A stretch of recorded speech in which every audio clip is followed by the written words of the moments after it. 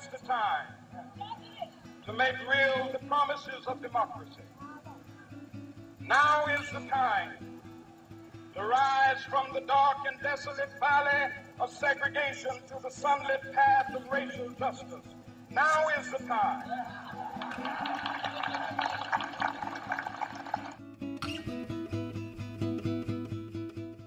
The Brown versus Board of Education of Topeka, Kansas case began when Oliver Brown tried to enroll his daughter, Linda Brown, in an all-white school. Linda had to walk through an unsafe train yard to get to the bus stop when there was a white school just a couple blocks away. Brown lost the case in the state courts.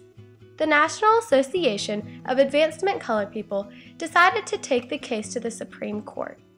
In 1954, the Supreme Court's decision officially declared segregation in public schools unconstitutional after 4 years.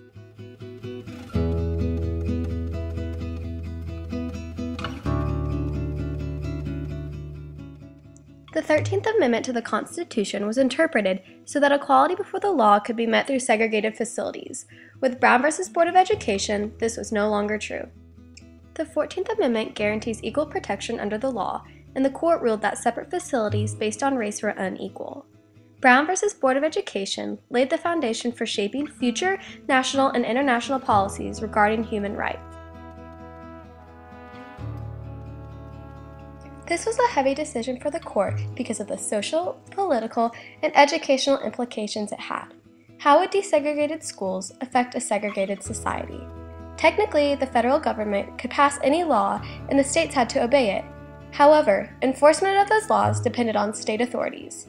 Through legislation and practice, local governments could effectively ignore the law. Who would teach in the new schools, and what would the children be taught? After much deliberation, Chief Justice Earl Warren delivered this statement. We concluded that in the place of public education, the doctrine of separate but equal has no place. The Brown versus Board of Education was not just simply about children and education. The laws and policies struck down by this court decision were products of the human tendencies to prejudge, discriminate against, and stereotype other people by their ethnic, religious, physical, or cultural characteristics.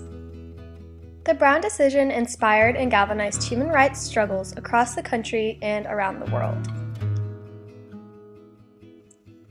President Eisenhower did not like dealing with racial issues, but he could not avoid such matters after the Supreme Court ruled racial segregation in public schools unconstitutional. Eisenhower disliked the court's ruling, and he refused to endorse it. Although the president usually avoided comment on court decisions, his silence encouraged resistance to school desegregation. In many parts of the South, white citizens' councils organized to prevent compliance with the court's ruling. While some of these groups relied on political action, others used intimidation and violence. What this legal challenge represents is at the core of the United States history and the freedoms we enjoy. The U.S. Supreme Court decision in Brown began a critical chapter in the maturation of our democracy. It reaffirmed the absolute power of the people of the United States and the protection of their natural rights from uninformed limits and restrictions imposed by state and local governments. These rights are recognized in the Declaration of Independence and guaranteed by the U.S. Constitution. All U.S. public schools were instructed to integrate. Within a week, Arkansas was one of the 2 southern states to announce it would begin immediately to take steps to comply with the new ruling. In September of 1957, the public school ruling was tested for the first time when 9 black students enrolled at Little Rock's previously all-white Central High School. Hi, I'm Melba Beals, and I'm one of the Little Rock 9. I was selected by the Little Rock School Board, which sent out a call for all students in the area who wanted to go. The NAACP was pushing legislation that forced the school board to integrate.